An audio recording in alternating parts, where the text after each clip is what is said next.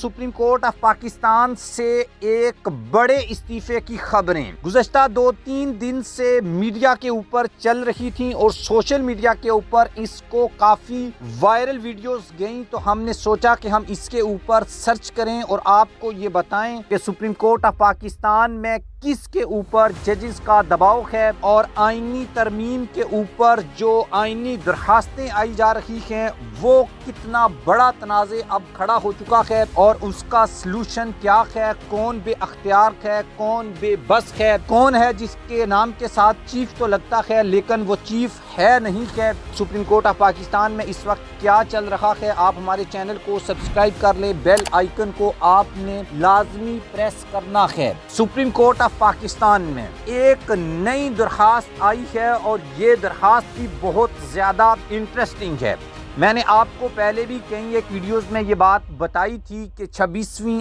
آئینی ترمیم اعلیٰ عدلیہ میں سپریم کورٹ آف پاکستان کو کنٹرول کرنے کا ایک گناؤنا کھیل ہے اور اس کھیل کا انجام کچھ اچھا نہیں ہونے والا۔ عدالت عظمیٰ میں دائر کی گئی ایک نئی آئینی درخواست اب سامنے آئی ہے جس میں 26ویں آئینی ترمیم کو چیلنج کیا گیا ہے اور عدالت سے اسے آئین کے بنیادی ڈھانچے سے متصادم قرار دیتے ہوئے کل عدم قرار دینے کی استدعا کی گئی ہے، لیکن مسئلہ اگین وہی ہے کہ اس 26ویں آئینی ترمیم کے سب سے پہلے بینیفیشری چیف جسٹس یحییٰ آفریدی ہیں، کیونکہ 26ویں آئینی ترمیم کے بعد جسٹس منصور علی شاہ کی جگہ انہی کو چیف جسٹس بنایا گیا تھا، حالانکہ 2 سینئر ججز کو سپر سیڈ کیا گیا تھا۔ اب سندھ بار کے بعد لاہور ہائی کورٹ بار ایسوسی ایشن کے سابق صدر، پنجاب بار کونسل کے ممبر درخواست گزار توفیق آصف کی جانب سے بدھ کے روز آئین کے آرٹیکل 184(3) کے تحت دائر کی گئی درخواست میں صدر پاکستان، قومی اسمبلی کی ججوں کی تقرری کی خصوصی کمیٹی، جوڈیشل کمیشن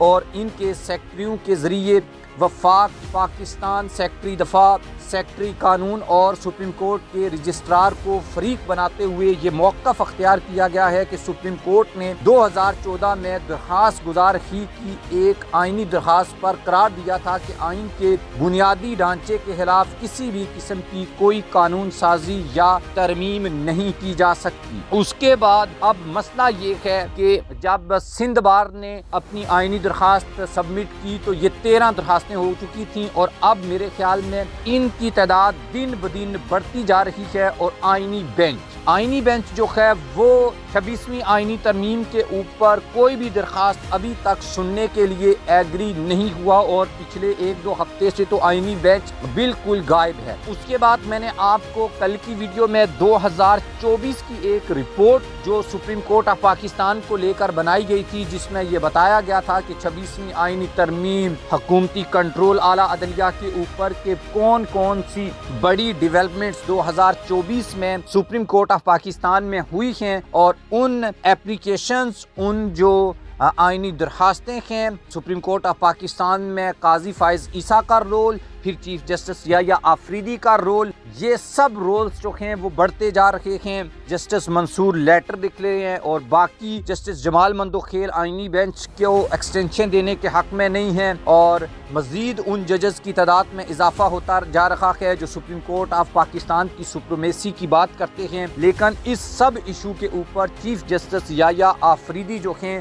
وہ کافی جو ہیں وہ پریشان ہیں۔ اب جب ہم نے اس حوالے سے یہ خبر ڈھونڈنے کی کوشش کی کہ کیا یحییٰ آفریدی کے اوپر اتنا پریشر ہے کہ وہ مستعفی ہو جائیں گے، لیکن اس سوال کا جواب جو ابھی تک ہمیں ملا ہے وہ یہی ہے کہ نہیں، لیکن کچھ لوگ یہ کمپین چلا رہے ہیں کہ شاید چیف جسٹس یحییٰ آفریدی جو ہیں وہ مستعفی ہو جائیں اور کچھ لوگوں کا خیال یہ بھی ہے کہ شاید جسٹس منصور جو ہیں وہ مستعفی ہو جائیں، لیکن سپریم کورٹ آف پاکستان سے ایسے کسی بھی استعفے کی ابھی تک جب میں آپ سے بات کر رہا ہوں کوئی خبر نہیں ہے، کوئی ایسی نیوز نہیں ہے۔